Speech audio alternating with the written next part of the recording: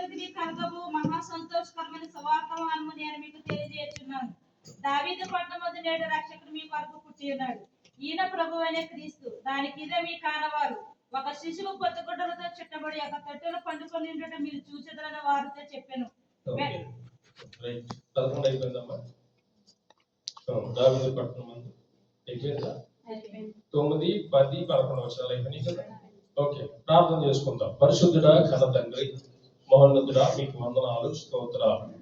ఆయన సమయము బహు తక్కువగా ఉంది. ఆయన నీ పక్షాన్ని మేము నిలబడుచున్నాం. ఈ యొక్క దేవుని సన్నిధి సహవాస సంఘము కోవైట్ ఆయన వాట్సాప్ గ్రూప్ ని సంఘాన్ని మీరు జ్ఞాపకం చేసుకుని, దైవజనురాలని మీరు జ్ఞాపకం చేసుకుని సుజాతమ్మ గారిని వాడుకుంటున్న విధానం బట్టి మీకు స్తోత్రాలు. వారి రక్షణ పొంది మీ ఇచ్చినటువంటి రక్షణను ఇంకా అనేక మందికి తెలియపరచబడడానికి వాట్సాప్ గ్రూప్ ద్వారా ప్రభా నాయన ఆన్లైన్స్ ద్వారా ఇంటర్నెట్ ద్వారా అలాగే ప్రభా ఈ సంఘం ద్వారా వాడుకుంటున్న విధానం బట్టి మీకు స్తోత్రాలు. అలాగే సహకరిస్తున్నటువంటి బిడ్డలందరూ ప్రభా నీ రక్షణ సువార్తను బిడ్డలు ప్రకటిస్తూ ఉన్నారు. దాని కూడి వచ్చిన బిడ్డలు దీవించండి, ఆశీర్వదించండి, బలపరచండి. సంపూర్ణమైనటువంటి ఆరోగ్యాలు, క్రిస్మస్ ఆనందము బిడ్డలకు అనుగ్రహించమని ప్రార్థిస్తున్నాం. అల్పుండ అయోగ్యుడని నేను, నా మాటలు ఎవరికి పలికిన, కానీ నీ మాట మనిషిని జీవింపచేసేది, ఉజ్జీవింపచేసేది, బలపరిచేది. నాయన అది మనల్ని బ్రతికిస్తుంది. కనుక ప్రభా నాయన నీ మాట అనగా నీవు మమ్మల్ని బ్రతికించే సమర్థుడవై ఉన్నావు. కనుక నీ పక్షాన్ని నిలుబడుచుండగా మీ కృపా సహాయము దయచేసి బిడ్డల హృదయాల్లో ఈ వాక్యాన్ని ఫలింప చేయమని, అల్పుణ్ణి అయోగ్యుడిని నాపై నీ పరిశుద్ధాత్మ శక్తిని ఉంచమని మా ప్రభువును రక్షకుడును అయిన యేసు క్రీస్తు నామమున ప్రార్థించి అడిగి వేడుకొనుచున్నాను మా తండ్రి, ఆమేన్. మంచిది. ప్రభువునందు ప్రియమైనటువంటి వాళ్ళారా, ఈ అవకాశం అనుగ్రహించినటువంటి దేవాది దేవునికి స్తోత్రాలు కలుగును గాక. అలాగే ఇక్కడ మరి ప్రత్యేకమైన అవకాశాన్ని నాకు అనుగ్రహించినటువంటి మరి పాస్టర్ గారు సుజాతమ్మ గారికి, కార్యవర్గంకు, సంఘస్థులైన మీకు అందరికీ కూడా నా హృదయపూర్వకమైన వందనాలు, క్రిస్మస్ శుభాకాంక్షలు తెలియపరుస్తున్నాను. అందరూ బాగున్నారమ్మా? ఓకే, త్వరగా వెళ్ళిపోదాం. వైద్యుడు అయినటువంటి లోకా గారు రాసినటువంటి ఈ సువార్త పాఠము లోకా సువార్త. ఇది సువార్తలు ఉన్నాయి మనకి, చెప్పకపోతే లేట్ అయిపోతుంది. ఎన్ని సువార్తలు? 4 సువార్తలు. ఈ 4 సువార్తల్లో మిగతా 3 సువార్తల కంటే లోకా గారు 4 సువార్తల్లో జోడించిన విషయాలు ఉంటాయి, ఆయన ఎక్స్ట్రాగా రాసిన విషయాలు ఉంటాయి. మీకు ఆన్లైన్ లో తెలియపరిచారు కాబట్టి ఎక్కువ విషయాలు రాశారు ఆయన. కొన్ని విషయాలు ఘట్టాలు ఆయన రాసిన సందర్భాలు కనబడుతున్నాయి. అయితే మనుష్య కుమారుడైనటువంటి యేసు క్రీస్తు ఈ లోకంలో జన్మించిన విధానము, ఆయన మనుష్య కుమారుడు అని తెలిపిన విధము ఎవరి వైద్యుడు గనుక, ఆయనకు చదువుకున్న వారు గనుక చక్కగా రాశారు. ఆయన సువార్తలో బాగా విపులంగా రాశారు. ఇదే గనుక లేకపోతే ఈ రోజు ఈ క్రీస్తు యొక్క పుట్టుకను చాలా మంది ఒప్పుకోవటం లేదు. కాబట్టి ప్రభువునందు ప్రియమైనటువంటి వాళ్ళారా, యేసయ్య పుట్టుకను గురించి మనము జరుపుకోవడం తప్పంటారా? ఎవరు జరుపుకుంటే పరలోకం వెళ్ళమంటారా అనంటే కొన్ని మతాల వారు లేక కొన్ని మినిస్ట్రీస్ వారు రకరకాలుగా చెప్తూ ఉంటారు. ఏమంటే ఇప్పుడు నేనున్నానండి, నాకు తదుపరి నా కుమారుడు ఉంటాడు, నా కుమారుడు చిన్నవాడు, లేక మా మేనకోడలు ఎలీనా. ఇప్పుడు ఎలీనాకి ఎలా తెలుస్తుంది ఆయన పుట్టుక గురించి? ఎవరి చనిపోయిన రోజు ఉండగానండి పుట్టుక లేదంటారు, పుట్టితేనే గాని చనిపోవడం. ఎవరిని పుట్టడం ఎవరిని గిట్టుట కొరకే అన్నారు, పుట్టడం గిట్టుట కొరకే. ఎవరిని పుట్టిన తర్వాత మనిషి చనిపోతూ ఉంటాడు. కాబట్టి ఇది ఏదో పెద్దలు చాలా క్రోడీకరించి ఆలోచించి మనకన్నా అనుభవజ్ఞులైన వారు ఏమండి అంత తిరుగు తక్కువ వారేమి కాదు కానీ పుట్టుకు జరుపుకోవాలని చక్కగా ప్రవేశపెట్టారు కొన్ని విషయాల్లో. కాబట్టి దాన్ని చేసుకోవడం వల్ల యేసు ప్రభు పుట్టుకు తెలియకపోతే మరణించాడనేది ఎవరు నమ్ముతారు? ఎంత ఫూలిష్ గా ఆలోచిస్తున్నారంటే అందరూ. ఎవరు అది వద్దండి, బైబిల్లో లేదండి. బైబిల్లో ఉంది. డేటు నిమిషాలు కావాలంటే నిన్న కాకమని పుట్టినటువంటి 53లో పుట్టిన నాకే నిమిషాలు లేకపోతే ఎప్పుడో పుట్టిన యేసయ్యకి నిమిషాలు సెకండ్లు ఎక్కడ వస్తాయి బాబయ్య? వద్దు, తిరుగు తక్కువ మాటలు వద్దు. ఏమంటే చూచి నమ్మిన వారి కంటే చూడక నమ్మిన వారు ధన్యులు. ఏమంటే నువ్వు చూడక నమ్మాలి. అబ్రహాము గారు ధర్మశాస్త్రం అంటే ఏంటో తెలియకుండానే విశ్వసించాడు కనుక నీతిమంతులకు తండ్రి అయ్యాడు. విశ్వాసానికి తండ్రి అయిపోయాడు. దేవునికి స్తోత్రం కలిగించాలి. అన్ని పరీక్ష పెట్టి ఎవరి కోడిగుడ్డు మీద వెంట్రుకలు లాగుదాం అనుకుంటే కుదరదు. అది విశ్వాసం కాదు. అన్ని చూపిస్తే నువ్వేం చేస్తావు? కాబట్టి క్రిస్మస్ జరుపుకుంటే నరక నరకానికి ఏమి వెళ్ళిపోము. క్రిస్మస్ జరుపుకోకపోతే ఏమండి కొంచెం ఉపయోగం ఉంది మనకి. క్రిస్మస్ జరుపుకుంటే మనకు ఉపయోగం ఉంది. మన తరానికి, భావితరానికి తెలుస్తూ ఉండాలి, అన్యులైన వారికి తెలుస్తూ ఉండాలి, ఏమిటి చిన్న జనరేషన్ కి అర్థమవుతూ ఉండాలి. ఇదేంటి సుజాతమ్మ గారు ఏం చేస్తున్నారు, ఇక్కడ ఏదో సందడి జరుగుతుంది, నేపాలి వారు ఏం చేస్తున్నారు, ఇక్కడ ఏదో సందడి జరుగుతుంది అని అంటే అది క్రీస్తు పుట్టుకంట, ఏసీ పుట్టాడంట అయ్యా అని చెప్పుకోవడం వల్ల 10 మందికి తెలుస్తుంది. ఏమిటి తెలిసేదాన్ని, అది సువార్త కదా. కాబట్టి పుట్టుట గిట్టుట కొరకని ఆయన పునరుద్ధారం చెందితేనే గాని పరలోకము మనకి దక్కదు. కనుక ఆయన పుట్టాడు అనడానికి చాలా వాస్తవాలు ఉన్నాయి. అప్పుడు సైన్స్ లేకపోవచ్చేమో, ఎవడి పుట్టాడు అని ఇందులో రాయకపోతే డీటెయిల్స్ గా ఇవ్వకపోవచ్చేమో, కానీ పుట్టాడంట మాత్రం వాస్తవం. ఆయన పుట్టాడనడానికి ఎన్నో ప్రవచనాలు, ఎవడి ఆయన పుట్టాడనడానికి పాత నిబంధనలో కొన్ని వేల ప్రవచనాలు ఉన్నాయి. ఎవడి అలాగే కొత్త నిబంధనలు కూడా ఎంతో మంది పుట్టాడని సాక్ష్యం ఇస్తూ ఉంటే కొంచెం అర్థం కాని విషయాలు ఏదో అలా పెట్టేసి క్లియర్ గా కావాలంటున్నారు. ఇదంతా ఫూలిష్నెస్ అంతే. కాబట్టి ప్రతి దానికి ఉంది. ఇప్పుడు సైన్స్ కూడా చాలా డెవలప్ అయిపోయింది. ఆయన చనిపోయినటువంటి వస్త్రాలు, సమాధి ఏమిటి ఇప్పుడు లేజర్ ప్రింట్స్ ద్వారా ఉండి ఆయన లేచారు అని ఆయన సమాధి యెరూషలేములో ఏమండి సమాధానం ఇస్తుంది. ఆయన వస్త్రాలు సమాధానం ఇస్తున్నాయి.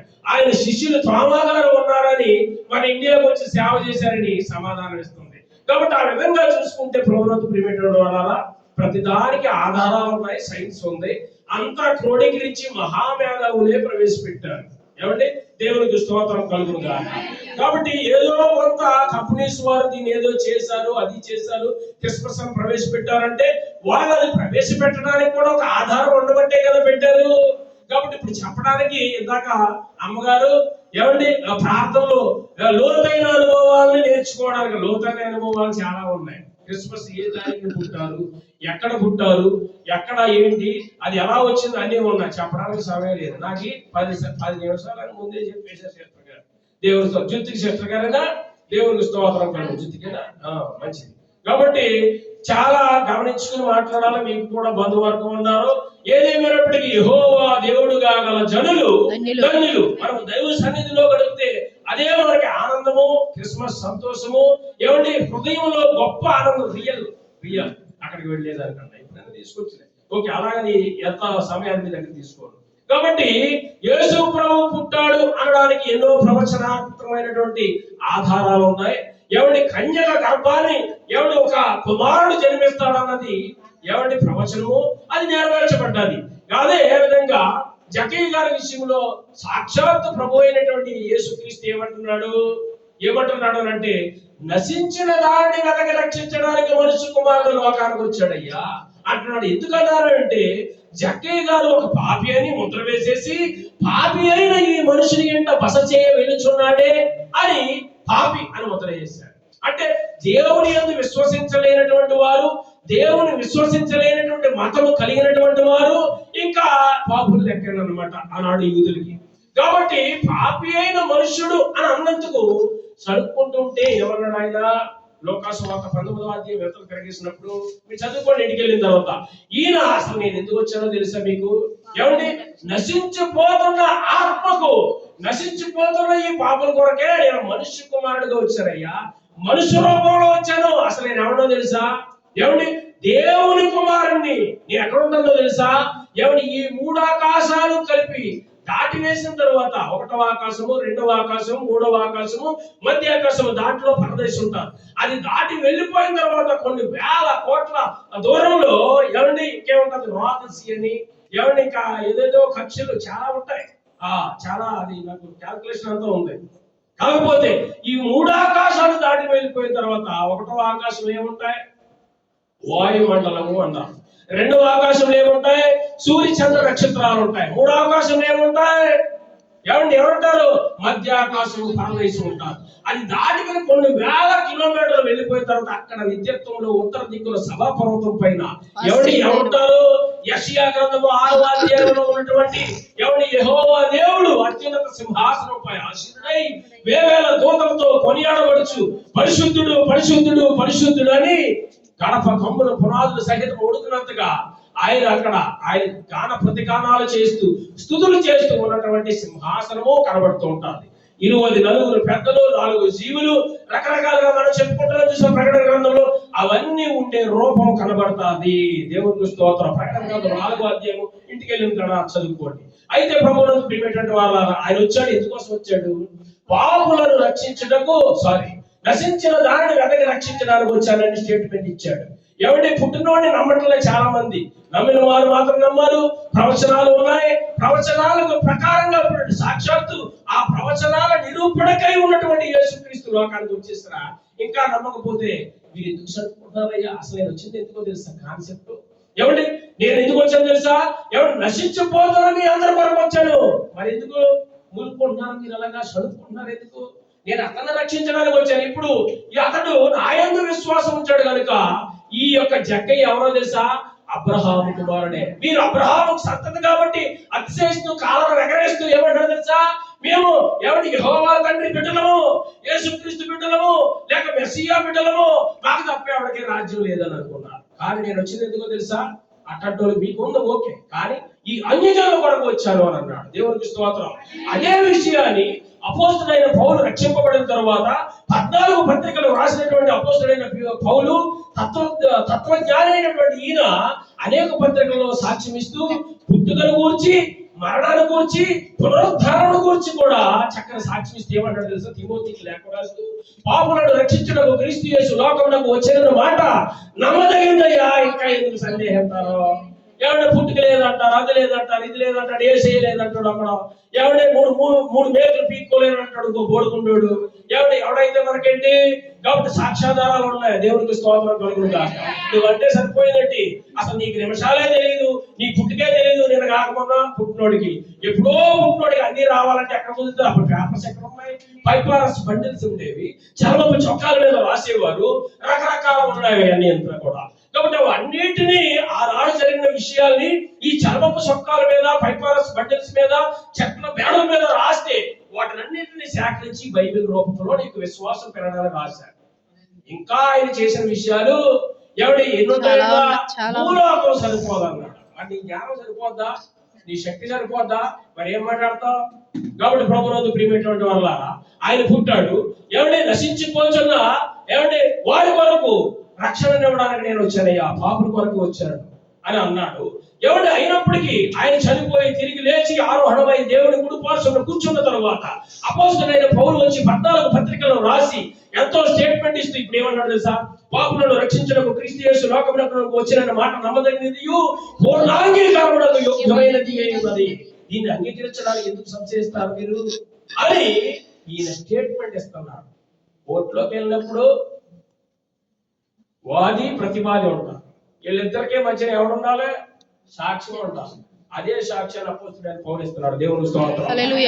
పాపులను రక్షించడానికి క్రీస్తు యేసు లోకానికి వచ్చాడు అన్న మాట నమ్మదగింది, సందేహించండి.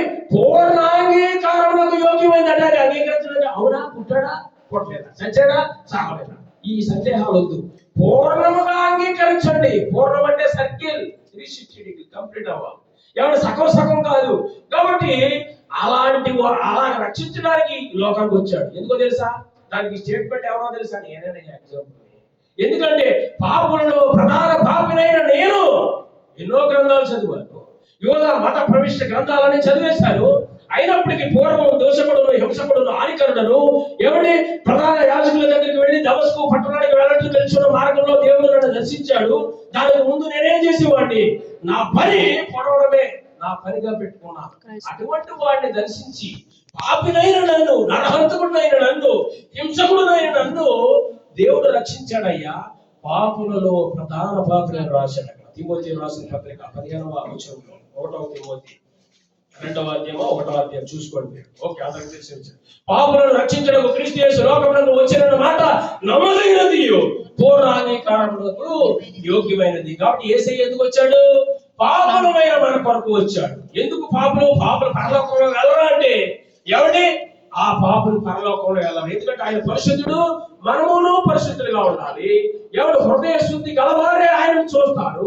కాబట్టి హృదయ శుద్ధి, పరిశుద్ధత లేదు కనుక పరిశుద్ధపరచడానికి తన రక్తాన్ని చిందించి కడిగి శుద్ధి చేసి శిలువలో తన రక్తాన్ని కాల్చి ఇప్పుడు ఆ పరమ తండ్రి అయిన దేవుని రాజ్యంలో ప్రవేశపెట్టడానికి వారధిగా వచ్చిన వాడే ప్రభు అయిన యేసుక్రీస్తు. దేవునికి స్తోత్రం. కాబట్టి అందుకే అంటున్నాడు, అదే వర్తమానాన్ని ఇంకా నమ్మలేని ప్రజలైనటువంటి వారికి ఎంత దక్షిణ అయింది సోదరా. ఇప్పుడు పాట అవుతాం. దేవునికి స్తోత్రం. కాబట్టి లోకాసు వార్త 2వ అధ్యాయంలో ఏమంటాడో తెలుసా? 10వ వచనంలో ఎవరి గాబ్రియేలు వర్తమానాలు అందించే దేవుని దూత అయినటువంటి గాబ్రియేలు ఏమంటుందో తెలుసా? చదవండి. అయితే దూత కాదు, అయితే ఆ దూత. భయపడకుడి. అయితే ఆ దూత అంటుంది భయపడకుడి. ఎవరితో? ఆ దేశంలో కొందరు గొర్రెల కాపరులు పొలంలో ఉండి రాత్రి వేళ తమ మందను కాచుకొనుచున్నారు. ఎవరి దేశంలో కొందరు గొర్రెల కాపరులు పొలంలో ఉండి రాత్రి వేళ మందను కాచుకొనుచుండగా అంతా మనకు తెలిసి ఏం చేస్తారు? తర్వాత మందలు కడతారు. ఆ మందల్ని ఎలుగుబంట్లు గాని పుళ్ళు గాని తినేస్తాయేమని ఎవడు వాడి దగ్గర ఉండి చక్కగా పడుకుంటూ కాపలా కాస్తూ ఉంటారు కదా. ఆ సందర్భంలో ఏమొచ్చిందంట? ప్రభువు దూత అంటే ఎవరో గాబ్రియేలు వచ్చి వాడి చుట్టూ వచ్చి నిలిచెను. ప్రభువు మహిమ వారి చుట్టూ ప్రకాశించినందున ప్రభువు మహిమ వారి చుట్టూ ప్రకాశించినందున వారు ఏం చేశారు? భయపడిరి. ఈ పాత సంవత్సరంలో లేక నువ్వు పుట్టిన వాళ్ళు ఈ రోజు వరకు భయాన్ని కలిగి ఉన్నావు. ఎవడు మనిషి పుట్టిన వాళ్ళు కూడా చనిపోయే వరకు రోగం అనే భయం, మరణం అనే భయం. ఎప్పుడు చచ్చిపోతాను భయం, ధైర్యం లేదు. కాబట్టి ప్రతి మనిషికి భయమే. కాబట్టి ఆ భయాన్ని నుంచి తొలగించడానికి గొప్ప శుభవార్తమానం తీసుకొచ్చారట. ఏమిటో తెలుసా? భయపడదు. మిక్కిలి భయపడ్డారు. భయపడే వారికి ఏం చెప్తుంది తెలుసా?